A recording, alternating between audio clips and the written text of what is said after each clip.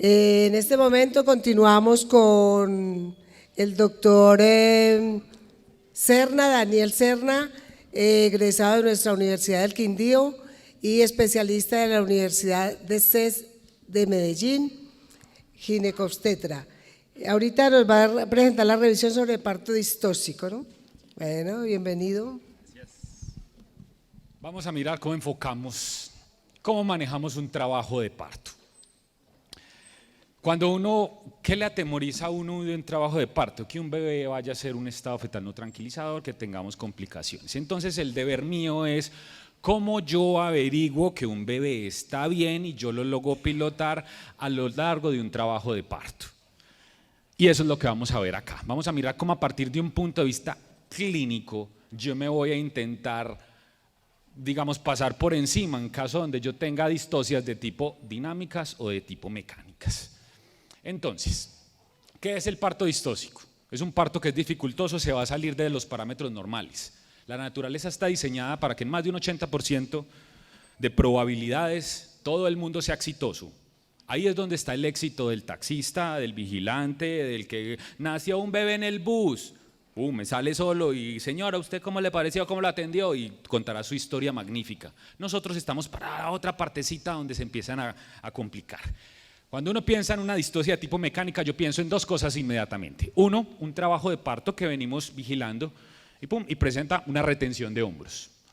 O dos, un parto en podálica, ¿sí? Un parto en pelvis que generalmente cuando llega en expulsivo, ¿sí? Uno suele escuchar mucho, decían, rural que se respete, le toca su parto en podálica en expulsivo. Entonces son cosas que siempre van a haber unos riesgos latentes y es como si fuera un código azul. A uno lo tienen que preparar porque eso es una emergencia, no porque me guste o no. Porque yo he escuchado a muchos, no, es que yo no voy a trabajar en obstetricia, yo me voy a dedicar a la neurología, yo me voy a dedicar a otra cosa, pero están trabajando en un sitio que ni siquiera atienden partos, en teoría. Le llega a esa paciente en expulsivo y lo tiene que atender. Entonces hace parte como un código azul, hay que reanimarlo. Si yo tengo una retención de hombros es una emergencia, hay que saber cómo resolverla. Y si tengo un parto en expulsivo, en podálico, pues también tengo que saber cómo resolverlo. Adicionalmente, antes de que yo llegue a este punto, yo debería preguntarme ¿el trabajo de parto evolucionó bien? Porque hay una relación que existe entre el enlentecimiento en la progresión del trabajo de parto y la relación que va a tener con yo tener potencialmente dificultades en el momento del parto. Es un dilema, ¿cómo hago yo para diferenciar si una paciente realmente que está en 3 y persiste en 3 y está en una fase latente o está apenas arrancando el trabajo? ¿Cómo hago yo para saber que esa paciente es normal que vaya lento porque es su naturaleza, porque es su cuerpo o porque realmente está ocurriendo algo mal, se están enlenteciendo todo, se está retrasando todo y yo voy a tener complicaciones? Entonces, la distosia es la indicación de aproximadamente el 50% de las cesáreas no programadas. Entonces, siempre han buscado mucho cómo hago para reducir las tasas de cesáreas no planificadas y eso ha sido prioridad en todo lado. ¿Cómo hacen para disminuirlas sin que aumente el riesgo, haya una morbilidad tanto materna como fetal? Entonces, ¿cuál es el punto de corte? Entonces, yo lo primero que tengo que saber es cuánto es un parámetro de normalidad para yo saber que estoy dentro de los tiempos normales y yo puedo seguir vigilando el trabajo de parto. La cesárea es un procedimiento vital que puede mejorar drásticamente la seguridad obstétrica. O sea, la cesárea no es un veneno, la cesárea es una medida salvadora de un bebé o de una mamá cuando existe una indicación, pero es una cirugía abdominal mayor. O sea, es un procedimiento que acarrea también complicaciones y en el momento en que haya complicaciones es importante que haya una indicación clara. ¿Por qué razón? Porque yo puedo optar por una cesárea, sencillamente, con una cesárea electiva tiene que tener una muy buena consejería y es sencillo, se complica la cesárea. La pregunta es, supongamos, están operando, sale uno con una colostomía por una perforación intestinal, por la vejiga, por lo que sea, cualquier complicación. La pregunta es, ¿me hubiera podido evitar esa complicación con un parto vaginal? Si la respuesta es sí, decidimos tomar el camino más riesgoso teniendo otro menos. Si yo tomo esa decisión, que yo tenga una consejería, y para eso está el consentimiento, donde yo entiendo muy bien los riesgos. Si no, se puede haber una complicación, y si la respuesta es me lo hubiera podido evitar, ahí es donde la indicación está flaqueando, y de pronto que no pase uno a ser imprudente, o sea, a yo hacer algo que no debería hacer en ese momento, que eso es algo que también dentro del derecho pues nos llega. Lo siguiente es cómo valoro yo un trabajo de parto. Entonces lo primero vamos a lo tradicional, una fase latente, una fase activa y una fase expulsiva. Entonces lo primero que yo voy a hacer es cuánto es lo normal que debería, en qué momento del trabajo de parto está y qué es lo normal. Entonces cuando uno va a mirar la fase latente, lo primero que encuentra uno es el umbral de dilatación cervical para pasar a la fase activa, no es claro. O sea, ¿cuánto tiempo se va a demorar esa paciente en una fase latente? Y realmente la literatura dice que es controversial en todo lado. Eso hace que sea difícil también vigilar un trabajo de parto y que en ocasiones genere temor. Por lo cual lo más sano es yo intentar adherirme a unos protocolos o a unos estándares donde me digan y que se han creado de acuerdo a unas estadísticas donde la gran mayoría se van a comportar así y yo debería tener ese parámetro como de referencia.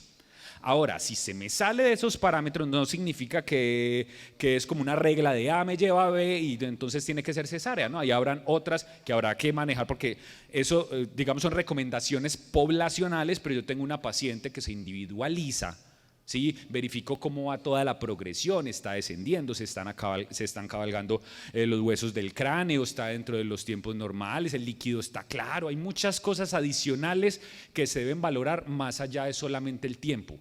Pero eso ha sido lo complejo, porque hasta el momento no hay ningún algoritmo en el mundo que les diga que teniendo ciertas condiciones sea indicación de. Me voy a explicar. Solamente el hecho por yo tener un ángulo subpúbico estrecho no significa que sea cesárea. Puede utilizar el compartimiento posterior y va a depender de muchas otras cosas. Solamente el hecho de que tenga meconio no va a implicar que yo tenga que cambiar, va a depender de muchas otras cosas, ¿sí? No es lo mismo el borramiento ni el descenso de una paciente nulípara, multípara, o sea, hay muchos factores que va a entrar uno a valorar. Entonces, ¿qué factores de riesgo me van a encontrar? Las pacientes que tengan talla baja, la macrosomía, diabetes, el aumento de peso acentuado, todos están relacionados mucho con la diabetes y las consecuencias posteriores de un crecimiento sostenido pues, del bebé. Para distocias dinámicas, todo lo que me altere los miomas uterinos, la adenomiosis, la incoordinación, las alteraciones del triple gradiente, lo que pasa es que hay muchas terminología que a veces pueden ser confusas. Pero cuando yo me voy a la clínica solamente tengo dos cosas para hacer, o le hago una miotomía o le pongo oxitocina. Entonces las distocias dinámicas terminan en ese momento cuando yo tengo el parámetro de anormalidad para yo cambiar el plan. Y me voy a poder evitar, por ejemplo, una distocia de hombros. Ahorita les voy a mostrar las estadísticas y se va a llevar uno sorpresas y para volver a hacer énfasis, es una emergencia, la tengo que saber manejar. Y vamos a ver que no es muy predecible. El parámetro principal para yo poder anticiparme potencialmente voy a tener complicaciones es el peso fetal estimado. Y dentro de ellos yo puedo está la altura del fondo uterino, que no es una medida muy confiable, es muy dependiente del operador, y la biometría ecográfica en el tercer trimestre, que igualmente siguen siendo medidas que pueden ser inexactas, hasta teniendo sobrediagnósticos de macrosomía hasta el 70%. Adicional a eso, la mayoría de los fetos que hacen distocia de hombros tienen peso normal. Y la mayoría de los fetos grandes por debajo de 4.500 nacen por vía vaginal, sin complicaciones. Eso le quiere decir uno, no todos los bebés grandes tienen que ser por cesárea, ni todos los bebés chiquitos significan que entonces van a caber. O sea, como lo dije ahorita, uno es como un bombero apagando incendios, se atrancó, apaga ese incendio, hizo hemorragia, apaga ese incendio, de resto solamente está uno pilotando, salió el bebé, no hizo hemorragia, el útero está bien contraído y todo evoluciona bien, pero solamente está uno pendiente, vigilando, apareció un incendio, apáguelo. Aquí caemos nuevamente, aquí estamos en Colombia, ¿a qué me debo yo adherir? A la guía de práctica, a la 3280, que es la que nos va a decir cuánto dura un trabajo de parto. Y oh sorpresa, cuando empieza uno a leerla, hay datos que no aparecen ni siquiera. O sea, ¿por qué? Pues porque precisamente son datos que son difíciles de aterrizar. Entonces, ¿En qué fase de un trabajo de parto estoy yo? Si está por encima de 6 centímetros, yo estoy en una fase activa, ahí yo no voy a tener pierde. Entre 6 a 10 y en el momento en que pase a 10, ya estoy en un expulsivo. ¿Cuánto me debe durar una fase activa? La guía nos recomienda utilizar el partograma del CLAP, ¿sí? El partograma, el mismo, ni siquiera tengo que aprenderme ningún número, él mismo dice aquí en las barras, en las columnas, cuánto dura cada fase, cada centímetro en pasar de acuerdo a cómo tienen las membranas o la paridad, ¿sí? Y esto es lo que nos recomienda. Si uno se cruza de esos tiempos que son normales, yo debería proceder a hacer algo, ¿sí? En contraparte está el partograma de la OMS. Es un partograma que es mucho más permisivo, ¿sí? Y el punto es, si yo soy más permisivo, puedo tener más o menos complicaciones, habrá que hacer trabajos. ¿Se puede utilizar? Sí. ¿Qué nos recomienda la guía? Utilizar el del CLAP. ¿Sí? Uno debe, digamos, adherirse a las guías locales. El expulsivo no aparece dentro de la guía. ¿Qué les dejo yo? Estas son las recomendaciones del Colegio Americano de cuánto puede durar una fase expulsiva. Y les dice que puede durar en una nulli 3 horas y en una multi hasta 2 horas. Y ustedes le pueden agregar 1 hora si tiene epidural. Son tiempos prolongados, ¿sí? Yo siempre, ¿qué les recomiendo? Cuando lleven 1 hora de expulsivo, ¿sí? Siempre vayan verificando todo. O sea, ¿yo puedo ser permisivo? Sí. Y obviamente todo, yo le puedo dar seguimiento a todo el trabajo de parto, siempre y cuando haya bienestar fetal. Pero si yo llevo 1 hora de expulsivo y yo verifico el bebé está descendiendo, no está cabalgado, tengo eso, o sea que yo continúe con los predictores, yo digo estoy esperando, continúo con predictores a favor del parto vaginal y puedo seguir ahí. Pero si en algún momento llega a cambiar esos parámetros, no es necesario como que yo tenga que esperar todo ese tiempo para yo decir, venga, es que los huesos se están cabalgando, está haciendo una sospecha de una desproporción, la presentación sigue muy alta y yo puede que no haya llegado a esos tiempos, pero pues si ya los predictores están cambiando, yo debería pensar en cambiar de plan. El siguiente problema es cuando está una paciente en fase latente. Y si uno se va a la literatura clásica, uno va a encontrar una fase latente está a partir de 2 centímetros de dilatación, ¿sí?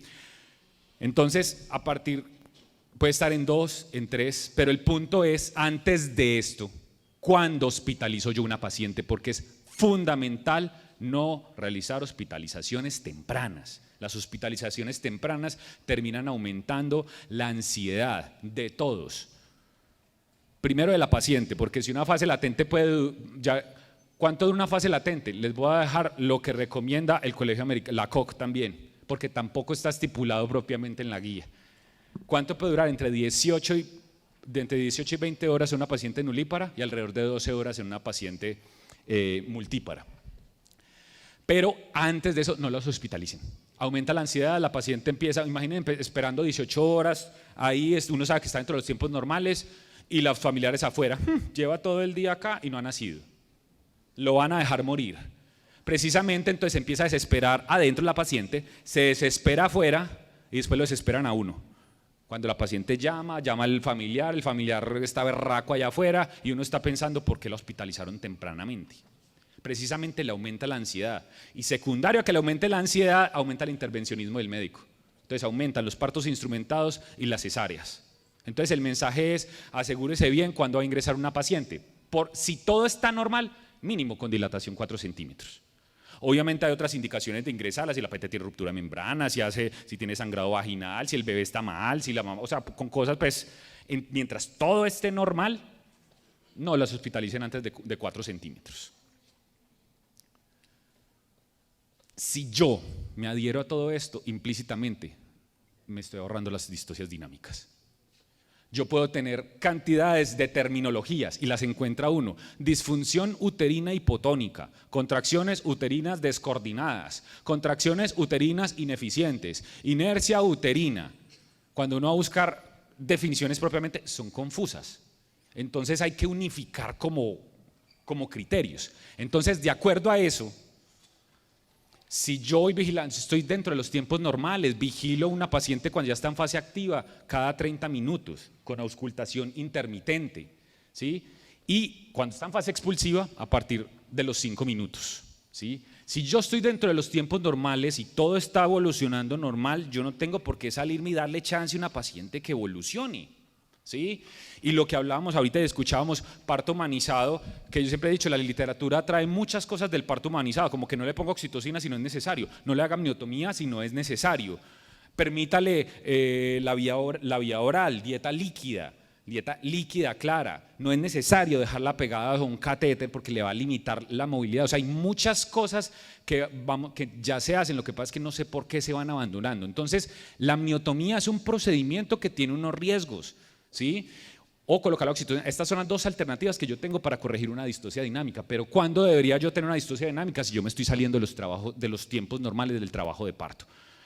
Es intentar aterrizar un tiempo de normalidad dentro de toda la literatura donde dice es dudoso, es confuso. Yo tengo que tener algún espacio, algún dato más, digamos, más cerrado para yo decir, a partir de debo cambiar el plan. Uno puede arrancar a pensar el plan y si es necesario remitirla o algo. Ya si me llega a mí y hay otras cosas adicionales, yo puedo valorar, la paciente está en una variedad occipito posterior y esas pacientes se pueden demorar un poquito más. No está cabalgado, estamos dentro, démosle chance. Ahí me estoy empezando a salir de los tiempos normales. Y como les dije ahora, eso parte de mayorías, pero no quiere decir que lo que se sale de las mayorías está normal. Quiere decir, póngale cuidado. Puede que esté anormal, pero puede que sencillamente se salga de los parámetros de normalidad y que esté bien. Pero yo debo prender como una alerta, es lo que les dicen. Como médicos en general están vigilando un trabajo de parto, tengan datos cerrados para saber en qué momento toman conducta. Realizan una amniotomía, se prolapsa el cordón. La pregunta va a ser, ¿tenía indicación? Es como en la cesárea, ¿tenía indicación? Si había indicación de hacer la amniotomía, pues había que hacerla. ¿Por qué? Porque el trabajo de parto estaba prolongado, porque necesitaba conocer el líquido amniótico, que son indicaciones para yo realizar amniotomía. Se prolapsa el cordón, yo necesitaba hacer la amniotomía, había que hacerlo, hace parte de su historia natural. Pero si no había indicación, yo fui imprudente, hice un procedimiento que no estaba recomendado, tengo una complicación secundaria, ¿sí? Y pues ahí, imagínense, si están bien lejos con un prolapso de cordón, rechaza la presentación y ahí van a tener que quedarse con los dedos hasta que salga la cesárea, porque si no se va a volver a prolapsar. Entonces, de acuerdo a eso, la manera más fácil de yo vigilar un trabajo de parto y evitarme primero las distocias dinámicas es adherirme a la guía de práctica clínica. Los datos que no aparecen ahí, pues ahí yo soy muy adherido, digamos, al colegio americano y me gustan esos criterios. Hay unos inhibidores de la oxitocina y son fundamentales pilotarlos. Y los estaba hablando ahorita la doctora Pachón también. El estrés es un inhibidor excelentísimo de la oxitocina. Ese es cuando a veces le dicen, están expulsivos, ya van a hacer, y pum, y las contracciones se fueron. ¿Y por qué? Pues porque claro, está asustada, ya van a hacer, ¿dónde está mi esposo? Etcétera, etcétera. ¿Sí? Entonces hace parte fundamental el curso psicoprofiláctico. 2, la dula, que te den información. 3, le tocó echar verboterapia a usted. Explíquele, ya llegó tarde, ya no conoce cómo son las contracciones, no hay el coso, pero algo le toca hacer a uno tiene que intentar explicarle y es complejo explicar cuando la paciente ya está completamente estresada. Pero hace parte de lo que yo tengo que intentar para ayudarle a la paciente y que la paciente esté hidratada. A veces les constreñimos la vía oral y eso también genera distocias dinámicas, enlentecimiento, la deshidratación. Entonces yo puedo adherirme a unos tiempos normales y siempre manejarle, explicarle a la paciente cuánto puede durar en una fase para que ella sepa que es normal, no que me la van a dejar morir adentro. Porque es que uno empieza a escuchar mucho lo que van contando afuera. Esa información que tenga bien ella es la información correcta que le va a dar al familiar. Si no, yo le hablo, no le explico bien y al fuera el familiar va a estar diciendo pues todo lo que va uno escuchando inconformes. Eso es fundamental. Un trabajo de parto les puede hacer una retención de hombros, les puede hacer una abrupción de placenta, se puede prolapsar el cordón, le puede dar un embolismo de líquido amniótico, le puede dar un tromboembolismo pulmonar masivo. Hay muchas cantidades de patologías que son impredecibles, que yo solamente estoy ahí pilotando que salga. Apareció, yo no le invoqué la distocia de hombros. El bebé fue el que yo estoy atendiendo el parto. Yo tengo que prever unas cosas, pero hay muchas condiciones que aparecen y que son propias y yo lo único que tengo que hacer es resolverlas, ¿sí? Pero parte de eso, ningún cirujano, a menos de que sea una urgencia vital, se meten a una cirugía sin un consentimiento. Yo no sé por qué a veces tendemos a hacer procedimientos sin un consentimiento. No lo olviden, por favor. Y Obviamente durante todo el trabajo de parto hay que verificar el bienestar fetal. El bebé está entrando en condiciones adecuadas, tiene un monitoreo fetal, la auscultación intermitente. Si es un bebé de riesgo, yo le puedo colocar un monitoreo fetal continuo cuando tiene indicación. Si no tiene indicación, el monitoreo fetal continuo no es mejor que la auscultación intermitente. Ya hay trabajos de eso donde muestran que dejarle un monitoreo pegado aumenta el intervencionismo del médico. ¿Sí? Entonces, hay que tener consideraciones con todas ellas. De acuerdo a eso, si usted se basa en si usted se basa en la guía de práctica clínica, ¿sí? Pues usted va a tener técnicamente todo bajo control, hasta que usted ya vigiló el trabajo de parto, salió el bebé y la jefe, que es muy pila, le dice: ay doctor, ese es el signo de la tortuga. Y el bebé, ustedes lo ven acá, el hombro se atranca detrás del pubis y eso puede provocar tanto lesiones maternas como fetales, ¿sí? La mayoría se producen fetos normales. Voy a avanzar un poquito. ¿Qué debemos hacer acá? Uno debe ser práctico y esto es lo que yo tengo que saber. El bebé está en este punto. Yo voy a utilizar la mnemotecnia Helper 4. Primero, pida ayuda.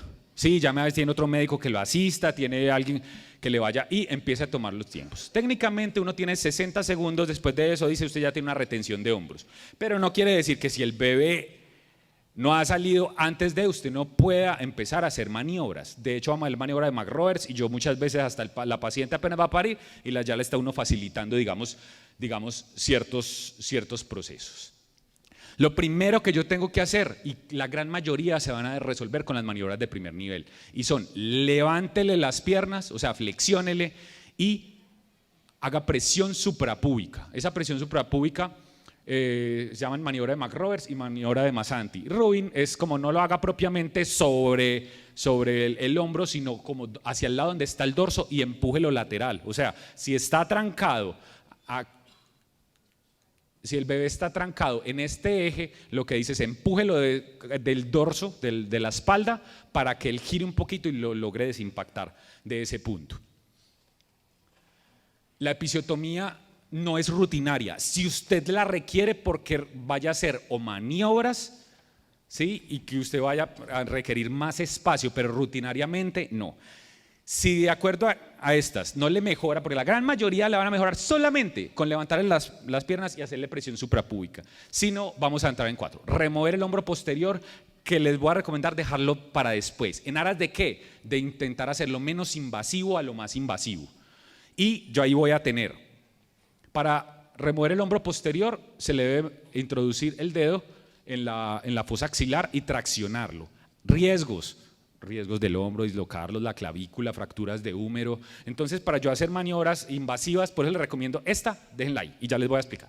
Siguiente es: rote el feto, o sea, es lo que llaman como el sacacorcho del tornillo, ¿sí?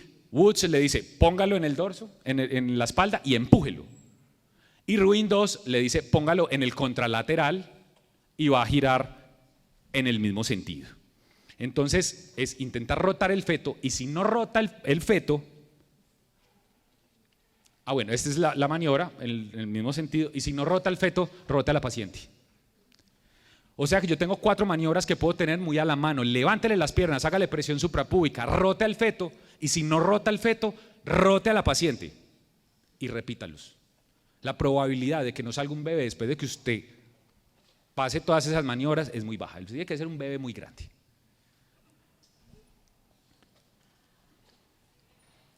Las maniobras ya de tercer nivel, la fractura de clavícula es lo que podría tener uno ahí como en ese momento. Las otras son maniobras, la de Sabanelli tocará restituirlo, devolverlo y terminará en una cesárea o una sinfisiotomía.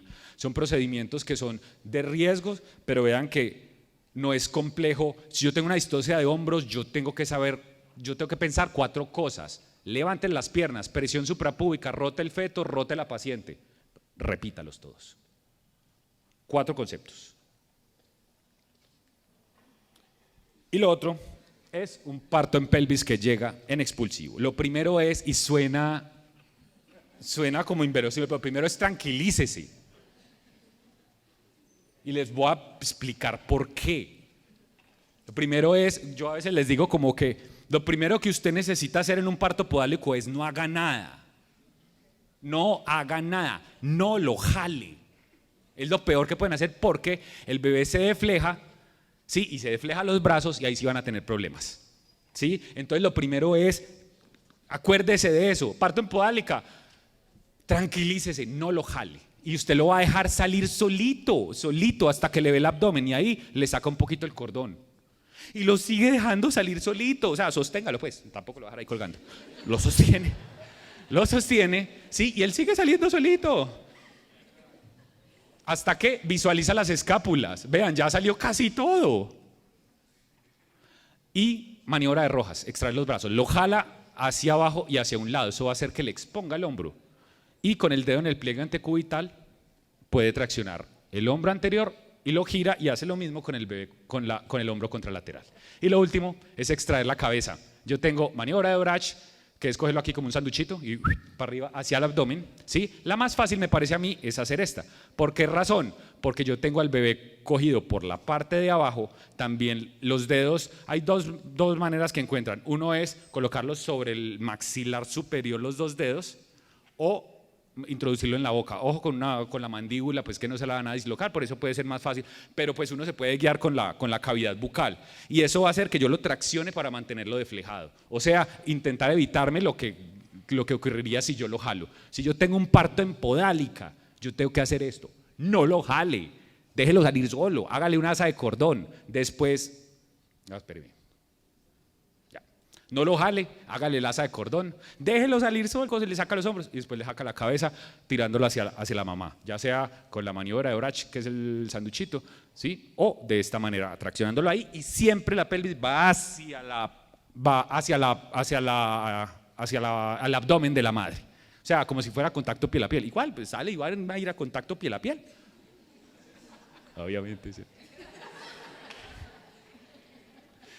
En conclusión, tener los tiempos claros de cada fase del trabajo de parto es vital para yo poder vigilar un trabajo de parto. ¿Sí? La paciente yo no la embaracé, yo no le invoqué el trabajo de parto, yo no le invoqué la distosia, yo lo único que está haciendo es vigilar el trabajo de parto. Y hay complicaciones que pueden ser propias, que pueden ser historia natural de la enfermedad de ella. ¿Yo qué tengo que hacer? Que me verifiquen que todo está bien. ¿Sí? La distosia de hombros es impredecible. ¿Sí? Levántele las piernas, presione el pubis, rote otra vez y repita. ¿Sí? Es una emergencia obstétrica y el podálico no lo discrimina. Si a usted no le gusta la obstetricia o si usted va a trabajar en otro lado, usted solamente le llega y téngalo por ahí, cualquier lado donde uno va y busca las dosis de inotrópicos, de cualquier cosa que si le llega, usted saque cualquier cosa y diga, ay, aquí tengo como atiendo un parto en podálica. Muchas gracias. En este momento continuamos con el doctor Daniel Serna, egresado de nuestra Universidad del Quindío y especialista de la Universidad de CES de Medellín, ginecobstetra. Ahorita nos va a presentar la revisión sobre parto distóxico, ¿no? Bueno, bienvenido.